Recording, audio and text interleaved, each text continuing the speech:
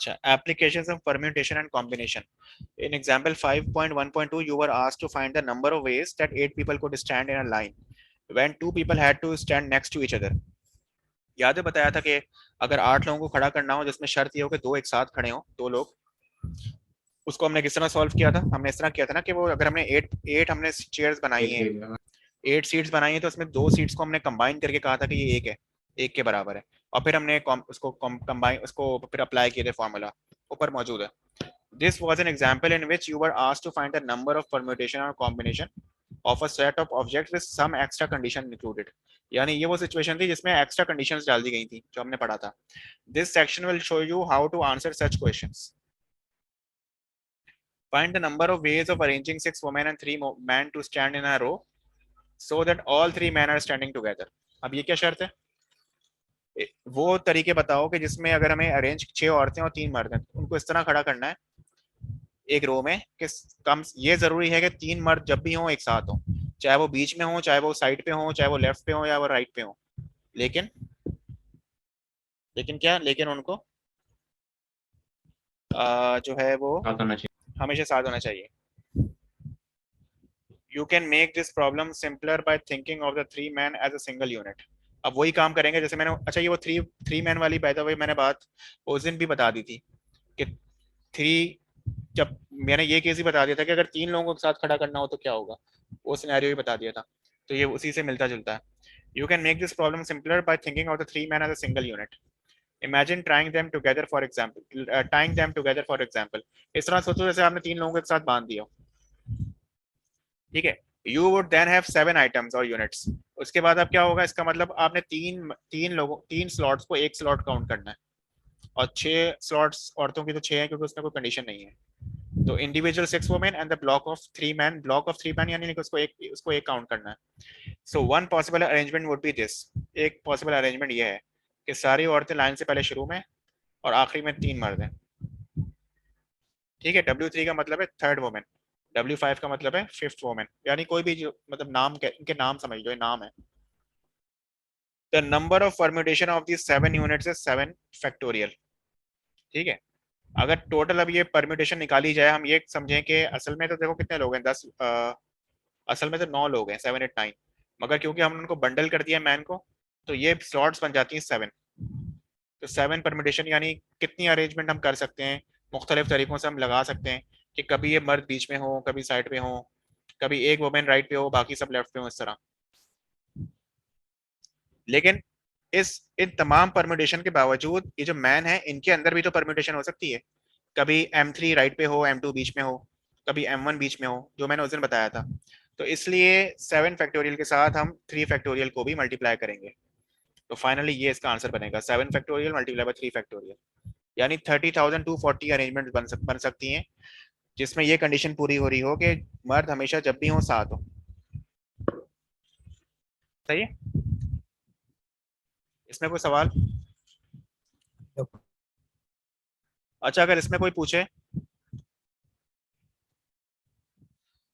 पूछे कि अगर लेट से प्रोबेबिलिटी निकालो कि, ये तो चलो टोटल अरेंजमेंट्स बता दी इतने नंबर हैं, कोई कहे कि प्रोबेबिलिटी निकालो कि टोटल जितने अरेंजमेंट बन सकती हैं विदाउट एनी कंडीशन, उसके मुकाबले में इस कंडीशन का कितना चांस है, तो अब क्या करोगे?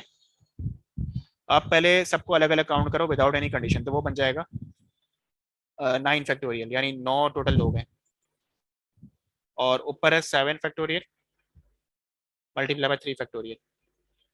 जल्दी बताओ इसका क्या आंसर आ रहा है, ये प्रोबेबिलिटी आ जाएगी टोट के कंडीशन आउट ऑफ टोटल.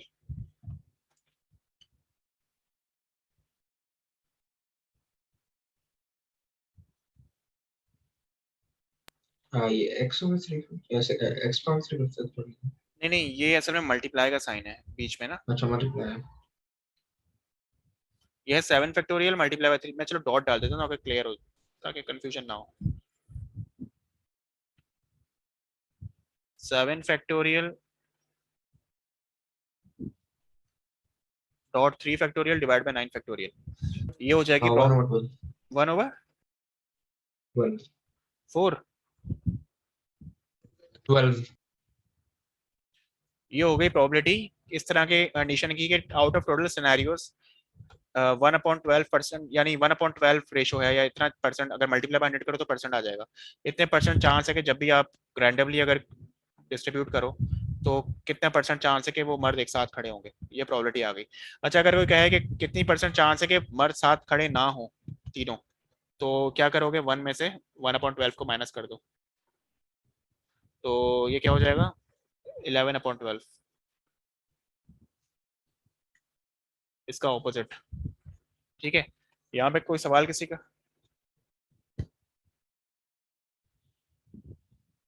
नहीं। नहीं सर। सही है। चलो अब ये देखो, find the number of ways of arranging 6 women and 3 men in a row so that no 2 men are standing next to one another। अब कोई और शर्त डाल दी है, शर्त ये है कि कोई भी दो मर्द एक साथ खड़े ना हो, यानी दूसरे मानों में मर्द जब भी खड़े हो तो जुदा जुदा हो, कभी भी दो मर्द एक साथ खड़े ना हो। अब क्या करें, you can ensure that no two man stand next to one another in the following way. किस तरह हम ये साबित कर सकते हैं, जैसे ये सामने है, arrange the 6 women to stand in line with a space between each pair of them. औरतों को इस तरह खड़ा करोगे उनके दरमियान स्पेसेस हो, and 2 extra spaces, one at each end of the line. साथ साथ शुरू में भी एक स्पेस हो, आखिरी में भी हो। एक अरेंजमेंट ये बन गई है। ठीक है, there are total 6 factorial arrangement of the 6 women. For any of these 6 arrangements you can now pick a space in which to place the first man। ये जो टोटल 6 फैक्टोरियल अरेंजमेंट है 6 औरतों की, इसमें से मर्द, क्योंकि मर्द टोटल 3 है ना, तो अब कोई सी भी स्लॉट ढूंढ लो कि जहां पहले मर्द को कहां खड़ा करोगे। सही है, तो पहले मर्द को कहां खड़ा करेंगे, कितने चांसेस बनते हैं, पहले मर्द को या तो अब स्पेस 1 में खड़ा कर सकते हो, या 2 में, या 3 में, या 4 में, या 5 में, या 6 में, या 7 में। तो जो मर्द M1 है उसको आप 7 वेज में खड़ा कर सकते हो, या इस स्लॉट में या उस स्लॉट में, वगैरह वगैरह। सही है, जैसे इन्होंने इस केस में क्या किया, M1 को स्पेस 2 में डाल दिया, नीचे देखो ये M1 आ गया। इसी तरह इसी तरह by using a similar argument you can see that there will be 6 choices for the position of M2। क्योंकि अब हम M1 को किसी एक जगह डाल चुके हैं, तो M2 के लिए यानी दूसरे मर्द के लिए कितनी जगह रह गई है, ऑफ कोर्स टोटल 7 स्पेसेस थी, अब सिर्फ 6 रह गई हैं। तो यानी M2 को हम कितने तरीकों से कितने जगहों पे स्लॉट पे डाल सकते हैं, या स्पेस 1 में डाल सकते हो, या 3 में, या 4 में, या 5 में, या 6 में, या 7 में। तो M2 के लिए 6 चॉइसेस हैं, और एक बार M2 को डाल दिया तो M3 यानी तीसरे मर्द के लिए कितनी चॉइसेस हैं, ऑफ कोर्स 5 चॉइसेस रह जाएंगी। सही है, once the 3 men have been placed the remaining spaces can be closed up। जब एक बार तीनों मर्दों को डाल दिया तो अब बाकी जो स्पेसेस हैं उनकी जरूरत नहीं थी हमें, तो वहां पे अब आप औरतों को लाइक अगेन आप मर्ज कर सकते हो, करीब ला सकते हो, या आप क्लोज अप कर दो या इग्नोर कर दो।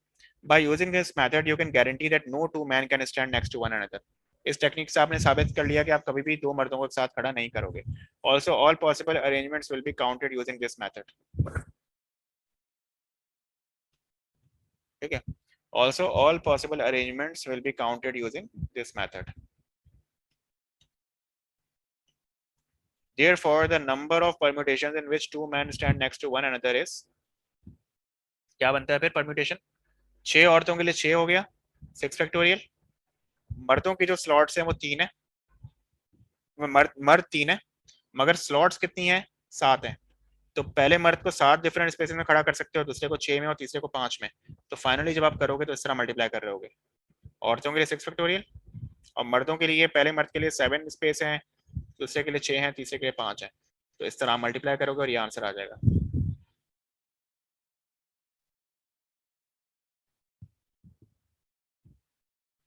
तो ऐसा क्यों कर रहे हैं कि हम 6 फैक्टोरियल को मर्दों की पॉसिबल चांसेस से पहले के, दूसरे के, तीसरे के पॉसिबल सीट से मल्टीप्लाई कर रहे हैं, उसकी वजह यह है कि जितनी भी परम्यूटेशंस बनती हैं औरतों की 6 फैक्टोरियल, उन तमाम परम्यूटेशंस में हर वक्त कोई ना कोई ऐसी गुंजाइश होगी 7 स्लॉट्स में से कि जिसमें आप एक में मर्द को डाल सके हो, फिर दूसरी में मर्द के लिए 6 हो, तीसरे में 5 हो। इसीलिए हम मल्टीप्लाई कर रहे हैं 6 फैक्टोरियल से बाकी मर्दों की 3 ऑप्शंस को, या 3 जो पॉसिबल ऑप्शंस हैं या स्पेसेस हैं।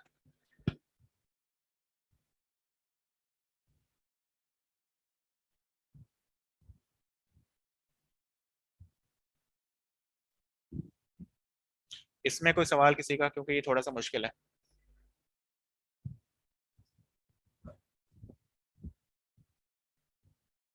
नहीं sir.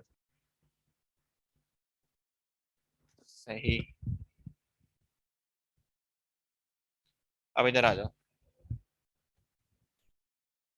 A group of 12 people consisting of 6 married couples is arranged at random in a line for a photograph. 12 लोग हैं, 6 ऑफ कोर्स कपल हैं, तो 6 ही कपल बनेंगे ना। तो find the probability that each wife is standing next to her husband.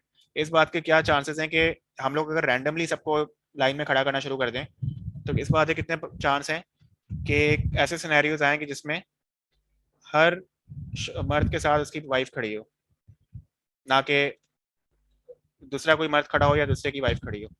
सही है। तो अगर अनरिस्ट्रिक्टेड अरेंजमेंट्स देखें, टोटल अनरिस्ट्रिक्टेड अरेंजमेंट्स जिसमें कोई रिस्ट्रिक्शन ना हो, तो टोटल 12 लोग हैं। 12 फैक्टोरियल, ये टोटल रिस्ट्रिक्शन, टोटल पॉसिबिलिटीज आ जाएंगी 12 फैक्टोरियल। उसको देखो नीचे डिनोमिनेटर में डाला हुआ इधर, क्योंकि इससे आप डिवाइड करोगे प्रोबेबिलिटी निकालने के लिए।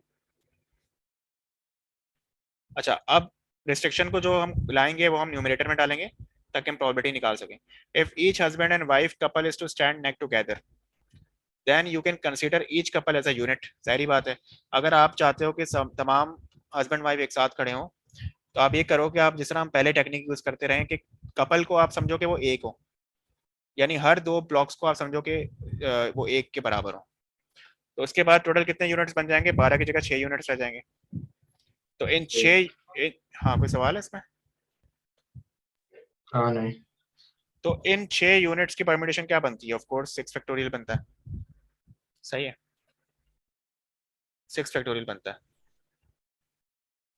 लेकिन एक और बात है, और बात क्या है कि स्टिल अगर आपने ये काउंट कर भी लिया कि 6 फैक्टोरियल, अगर आप कहते भी हो कि आपने सबको एक ब्लॉक काउंट किया, तो स्टिल जो भी एक सिंगल ब्लॉक है, जैसे मैंने इसको एक काउंट कर रहा हूँ, तो स्टिल इसमें ये चांस है कि हस्बैंड पहले हो और वाइफ बाद में हो, या हस्बैंड या वाइफ पहले हो और हस्बैंड बाद में हो।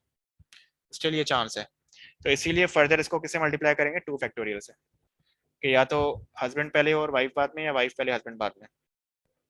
और यही चीज बाकी कपल्स के लिए भी बनती है कि जो सेकंड कपल है उसमें वाइफ पहले हो हस्बैंड बाद में हो, या हस्बैंड पहले हो वाइफ बाद में हो।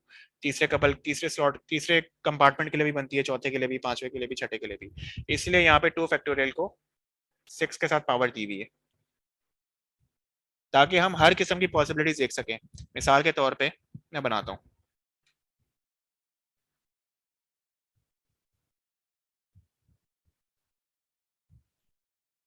अब अंदर मैंने फर्दर स्लॉट्स बना रहा हूँ।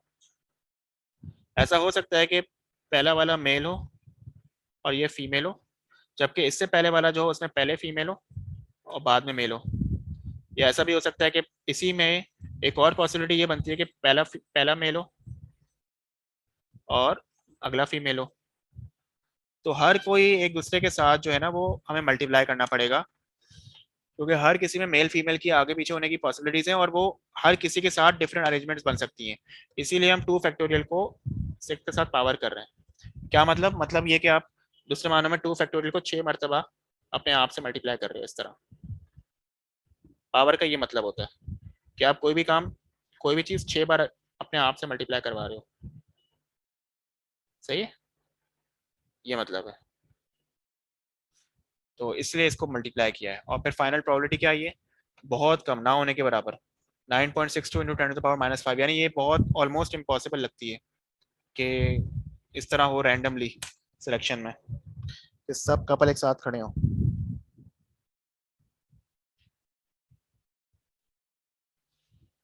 अच्छा, इसमें कोई सवाल किसी का? नहीं। नहीं सर। नहीं। अभी तो नहीं नहीं कर रहे हो, लेकिन जब सवाल देता हूं मैं तो उस वक्त कर नहीं पा रहे होते हैं। चलो ये देखो, अब हाँ। ये आखिरी सवाल है।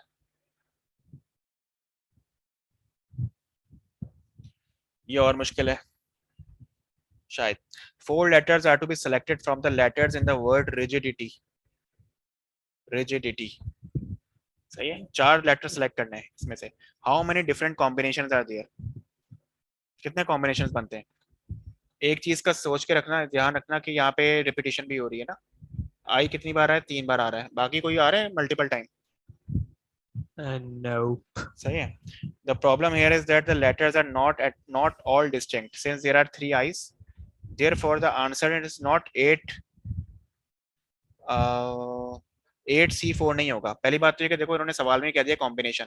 जब कॉम्बिनेशन की बात कह दी तो अब सोचना नहीं चाहिए कि परम्यूटेशन का मामला है कि नहीं है, खुद ही इन्होंने बता दिया. तो इसका आंसर 8C4 नहीं है कि मतलब अगर टोटल 8 हैं, जैसे कि लेटर 8 बनते हैं ये, और बस हमें 4 सेलेक्ट करने हैं, इसका इस तरह नहीं होगा क्योंकि इसमें आई है वो 3 बार रिपीट हो रहे हैं. In order to deal with this problem, a useful strategy is to split it into different cases depending on the number of eyes chosen. Number of eyes chosen. सही है. इसको इस तरह करना पड़ेगा कि हमें ये देखना होगा कि हर बार में जब 4 स्लॉट्स हम फिल कर रहे थे तो आईज कितने लिए थे. आई कौन सा वाला आई लिया था. तो मैं स्लॉट्स बना लेता हूँ. टोटल 8 लेटर डिजिट्स वो हैं, लेटर्स हैं, और हमारे पास जो जगह खाली है सीट्स हैं वो 4 हैं.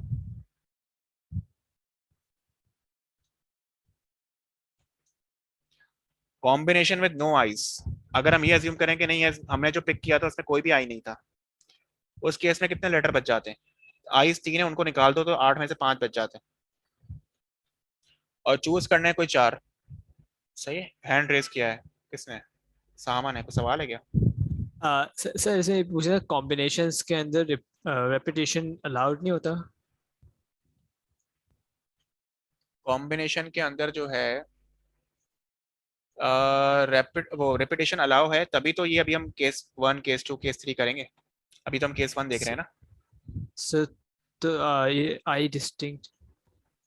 चलो सही. सही है, अभी हम देखेंगे क्योंकि तभी तो ये केस 1 देख रहे हैं, फिर केस 2 देखेंगे जिसमें आई मल्टीपल भी आ रहे होंगे. फिर इसको आप कंपेयर करना जो हमने पहले देखा था परम्यूटेशन वाले टाइम पे शायद, कि जितनी